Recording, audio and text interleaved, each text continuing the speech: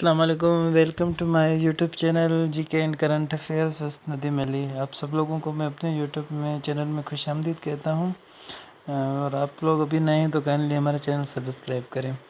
आज हम बात कर लेते हैं पानीपत की जो 3 लड़ाइयाँ हुई थी। अब बात कर लेते हैं पानीपत है कहाँ पे मौजूद। ठीक है, तो देख लेते हैं कहाँ पे मौजूद है। पानीपत जो है वो इंडिया में मौजूद है। जो दिल्ली है उससे 95 किलोमीटर उसके नॉर्थ में मौजूद है। ठीक है, तो आइए बात कर लेते हैं जो पानीपत की पहली लड़ाई हुई थी वो कब हुई थी, कहाँ पे हुई थी, ठीक है, कैसे हुई थी। The first battle of Panipat was fought in 1526, यानी कि जो पहली पानीपत की लड़ाई हुई थी वो 1526 में हुई थी। अब किसके बीच में हुई थी, ये बहुत ही इंपॉर्टेंट सवाल है। ये जो इतने भी एग्जाम्स होते हैं उसमें सवाल आता रहता है। ठीक है, ये हुई थी इब्राहिम लोदी और ज़हीरुद्दीन बाबर, यानी जो इब्राहिम लोदी था दिल्ली का आखिरी, जो कहते हैं ना कि दिल्ली जो सल्तनत थी उसका आखिरी किंग था, तो उसको शिकस्त किसने दी थी, ज़हीरुद्दीन बाबर ने दी थी। उसको शिकस्त दे के जो मुगलिया सल्तनत थी उसकी जो बुनियाद थी वो रखी थी। उम्मीद करता हूँ आपको समझ में आ गई होगी पहली लड़ाई।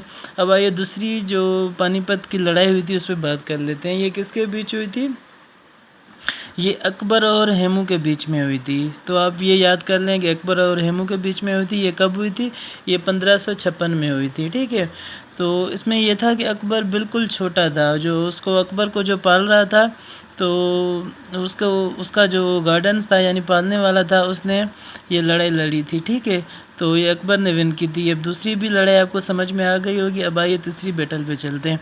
जो थर्ड बैटल ऑफ पानीपत थी वो कब लड़ी गई थी, वो लड़ी गई थी 1761 में, यानी 1761 में लड़ी गई थी। अब किसके बीच में लड़ी गई थी, मराठास जो नॉर्थ इंडिया में मौजूद थे, मराठास एंड अहमद शाह अब्दाली जो अफगानिस्तान से आया था।